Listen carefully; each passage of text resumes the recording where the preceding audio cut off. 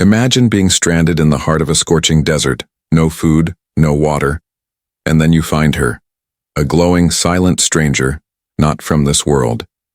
With nothing left but a single piece of bread, would you share it?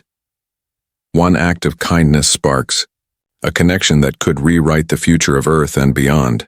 This isn't just a survival story, it's a choice that could change the world. Stay with us, because what happens next, no one saw coming. If you are new here, then please subscribe this channel and show thumbs up by liking the video. Let's move toward wonderful story. The sun hung low in the sky, a dull orange orb sinking behind the endless waves of sand.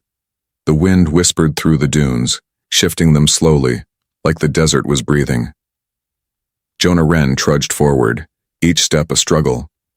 His boots sank into the soft sand, and his legs felt like they carried bricks instead of bones.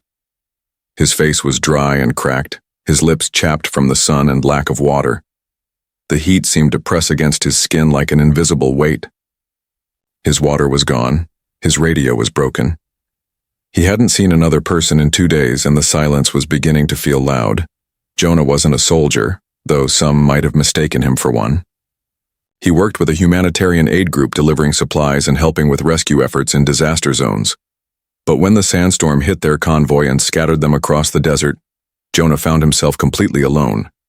The GPS stopped working, and all that remained was the hope of stumbling upon someone or something before the desert swallowed him whole.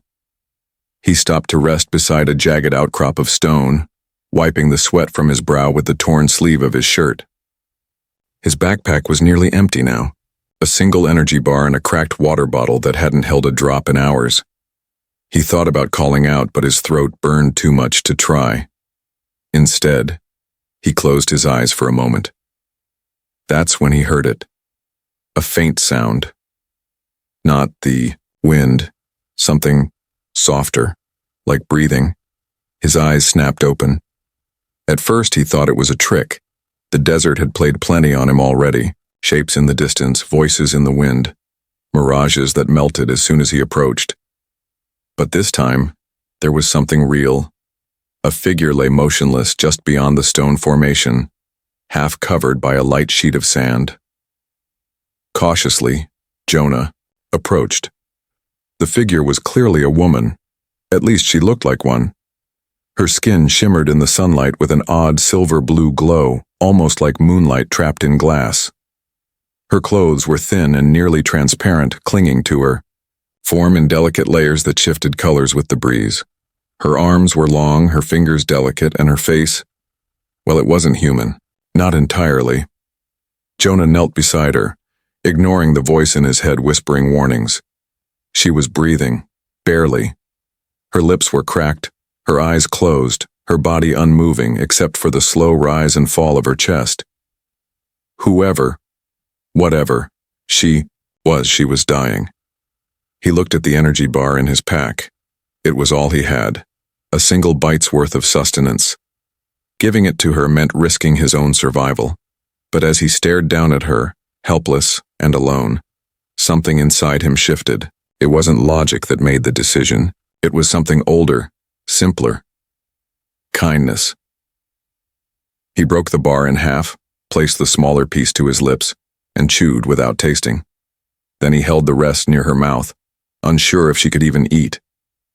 Her eyes fluttered open slowly, unfamiliar. Eyes with irises shaped like rings and pupils that expanded and contracted, like they were adjusting to a new world. She blinked at him, confused and weak, then fixed her gaze on the food in his hand.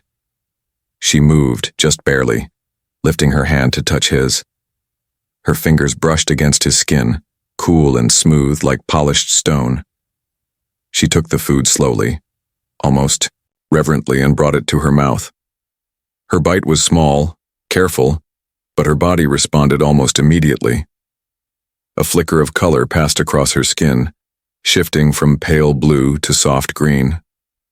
She met Jonah's gaze, and for a long moment they simply looked at each other. There were no words, only the wind, the sun, and the weight of their shared silence. Jonah sat down beside her, resting his back against the rock. His legs ached, and his mind buzzed with questions, but he didn't speak. He simply stayed, keeping watch as she rested. She needed time. So did he. As the sun dipped below the horizon and painted the sky in streaks of red and gold, the desert's heat began to fade. The cold crept in. Jonah glanced at the woman beside him. She hadn't moved much, but her breathing was stronger now. He offered her his jacket, and after a moment's hesitation, she took it and wrapped it around herself. The stars began to appear, one by one. Jonah looked up at them, suddenly wondering if she had come from among them.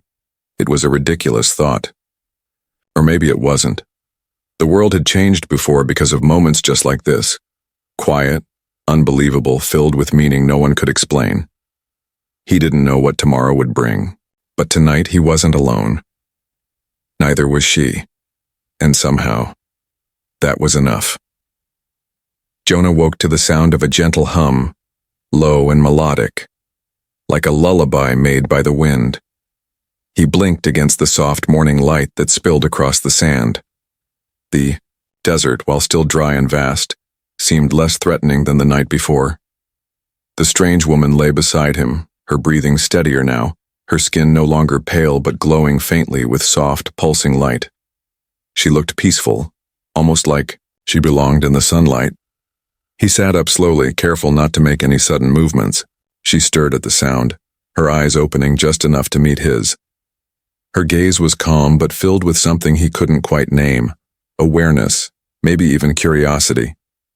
She didn't speak, but her skin shimmered with colors, slow and smooth, shifting like liquid glass. Jonah had never seen anything like it. He raised his hand slowly, palm open, a gesture of peace. She watched him carefully, then mirrored the action. It was a small thing, but it felt like a breakthrough.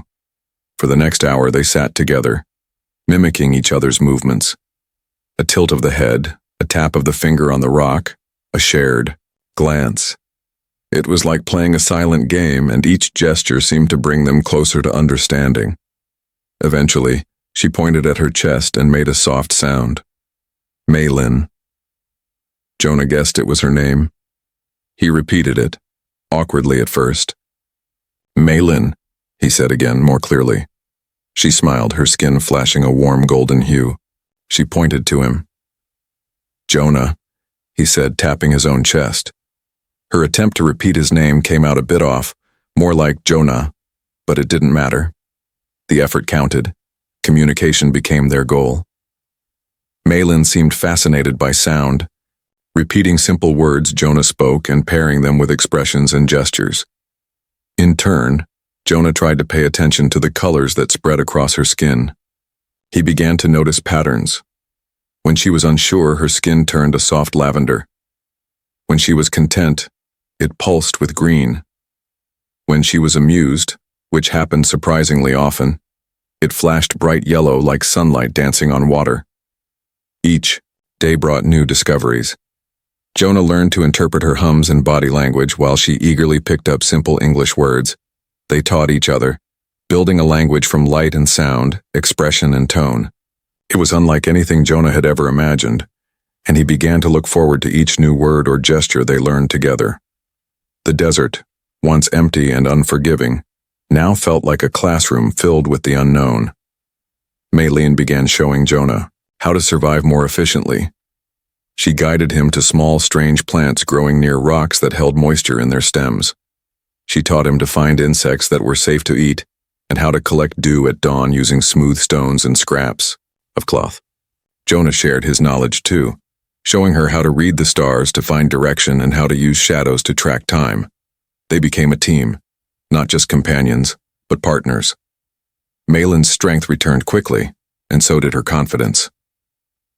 Her control over her skin's colors became more deliberate, even artistic. One night she used the glowing patterns to tell Jonah a story, simple images like stars and ships and a place that looked like another world.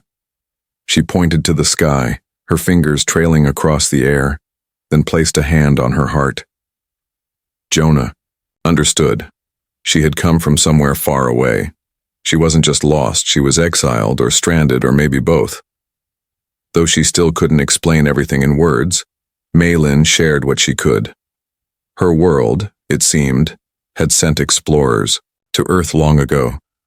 Something went wrong and she was the only one left behind. Her message carried through the shimmering lights on her skin, and the sound she wove into the air was clear. She didn't belong here, but she was no threat. She just wanted to survive, maybe even go home. Jonah felt something shift inside him. What started as a rescue had turned into something deeper. He no longer saw Maylin as alien or strange. She was a person. Different, yes, but also gentle, smart, and brave. Her eyes sparkled when she laughed. She listened with patience, taught with joy, and even teased him when he mispronounced her words.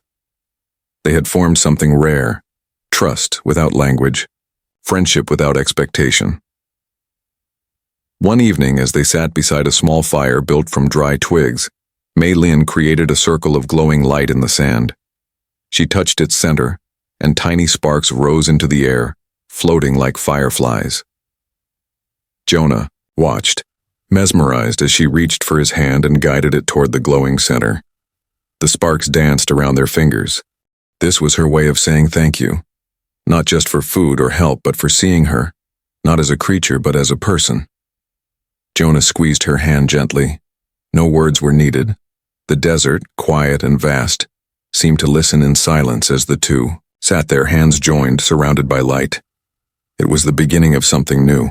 Neither of them knew what the future held, but for now they had found each other, and that somehow was enough. The wind carried a different kind of silence that day. Jonah could feel it in the way the sand shifted under his feet, slower, as if the desert itself was holding its breath. Beside him, Maylin walked with quiet purpose, her gaze locked on the horizon. Over the past few days, something had changed in her. She moved like someone searching for something familiar, like a memory hidden just out of reach. Jonah noticed it in the way she touched certain stones, or paused when they passed particular formations. She was looking for something. And now, she had found it. It began with a faint hum beneath their feet, like a song buried in the sand. Maylin dropped to her knees and pressed her hand flat against the ground. The lights on her skin shifted, flickering like a heartbeat. She looked up at Jonah and made a motion, drawing a circle in the air, then pointing down. Jonah nodded, understanding without words. There was something below them, something old. They started digging with their hands, pulling sand away from the spot where the sound was strongest. Jonah's fingers ached, the grains biting into his skin, but he kept going. Eventually they uncovered stone. Not just any stone, though. It was smooth, curved, and covered in lines that glowed faintly when Maylin touched them. A door, he realized. A door buried deep in the desert. With a few careful movements, Maylin placed her palm flat against a glowing panel. The light spread outward in a spiral, and the ground trembled slightly. Jonah stepped back as the stone began to shift, sliding open with a sound like distant thunder. A passage appeared, dark and narrow, leading deep beneath the sand. They entered, slowly, guided by the soft glow from Maylin's skin, and the lines along the walls that lit up with their presence. The air inside was cool and still, untouched by the wind and heat outside. Jonah's heart pounded in his chest. He had no idea what they would find, but he knew this place was not meant to be forgotten. The tunnel opened into a vast chamber, its ceiling lost in shadows. The walls were covered in crystal panels, each one humming gently with stored energy. Strange devices stood like statues in the corners, silent and waiting. In the center of the room was a raised platform surrounded by columns. It looked ancient but not dead, just asleep. Maylin walked to the platform, her fingers trailing along its edge. When she touched it, the entire room seemed to come alive. Lights bloomed across the walls, and images flickered to life above the platform. Jonah watched in awe as a three-dimensional map of star systems appeared, spinning slowly in the air. Points of light connected with lines, forming pathways between planets and stars. Earth was one of them, glowing faintly in a corner.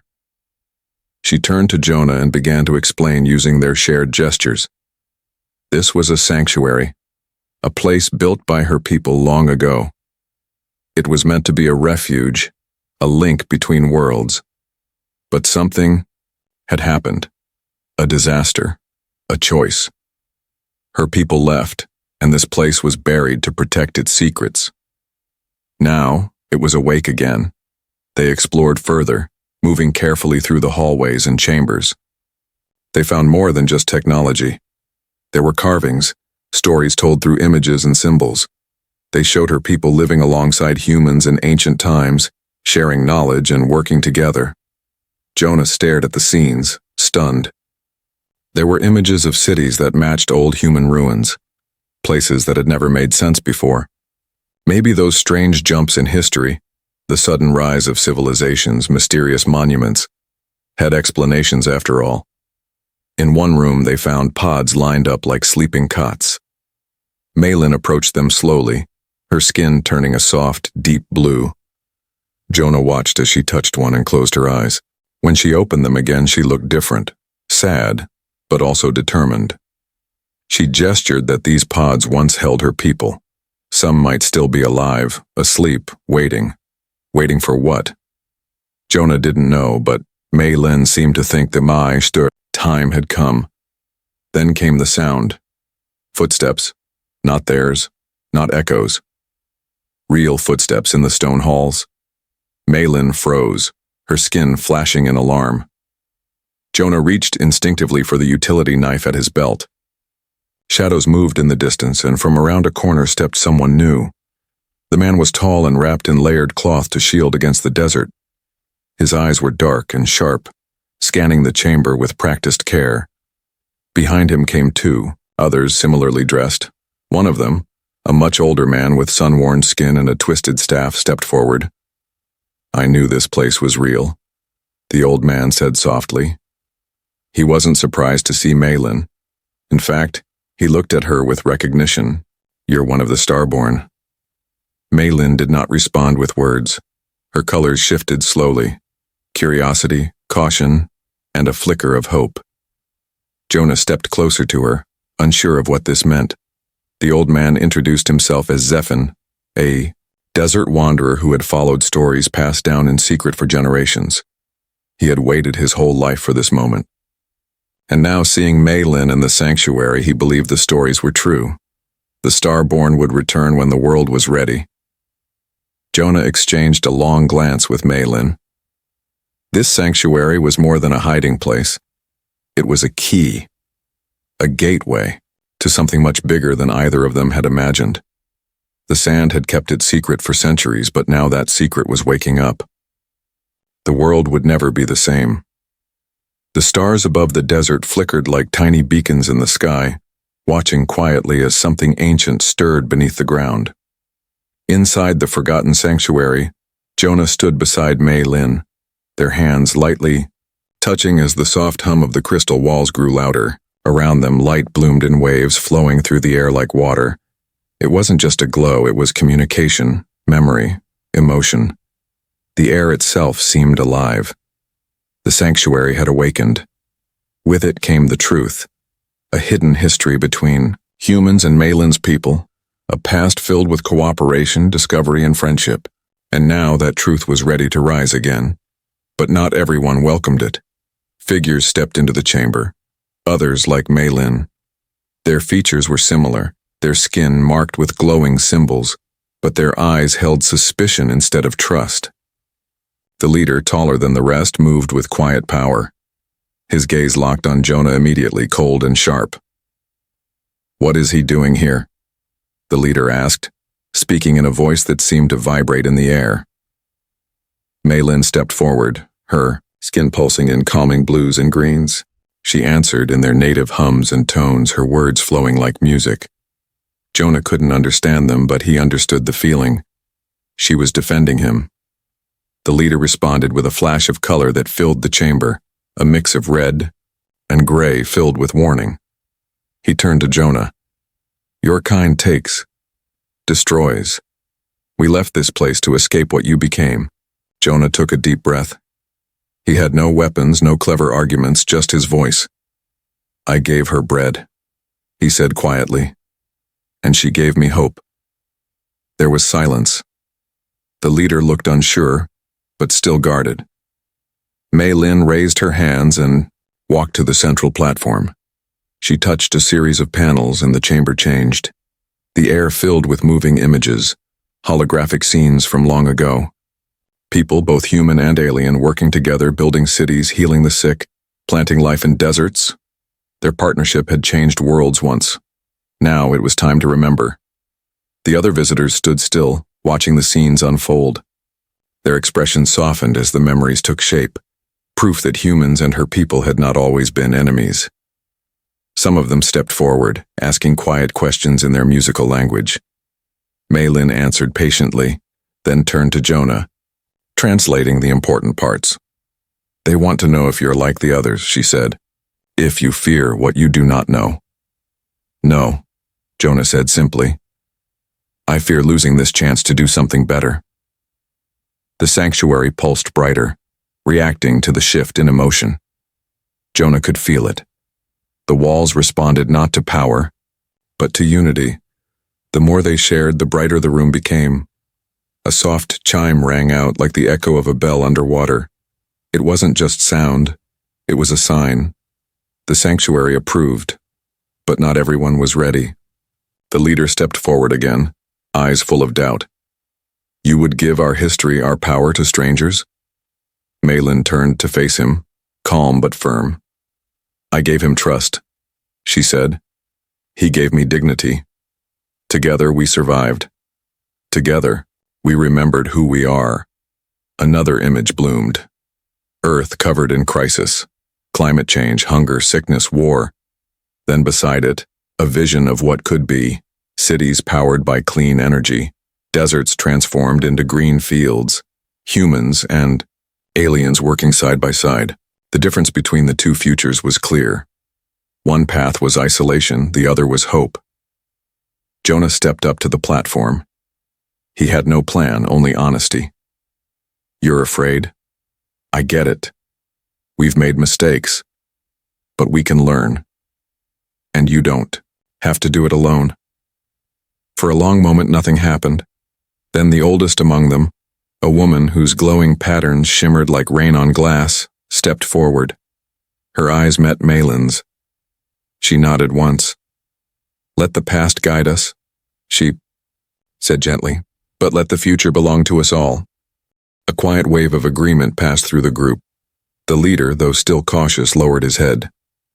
"We begin slowly," he said. "Step by step. Trust must be built."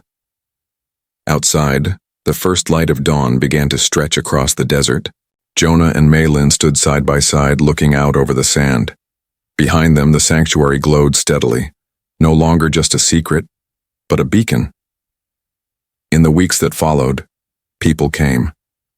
Scientists, teachers, leaders, all invited to learn, not take. The sanctuary became a bridge, not a weapon. Its technology was shared piece by piece, always with care. It wasn't about giving everything. It was about sharing enough to build something better. Together. Jonah stayed, helping to guide the new partnership. Mei Lin became a symbol of what was possible. Their story spread across the world, inspiring others to see beyond fear, to choose understanding over suspicion. One night, as the stars blinked above, Jonah asked Mei Lin what she saw in the sky. "Home," she said softly. "But also, here." He smiled. "Funny. I used to think I was lost out here." "You were," she said, her fingers brushing his. "And so was I. But we found something." "What's that?" She smiled, her skin glowing gently. "Each other." And the desert, once a place of silence and endings, became a place of beginnings. A place where two beings shared a piece of bread and started a future neither had imagined.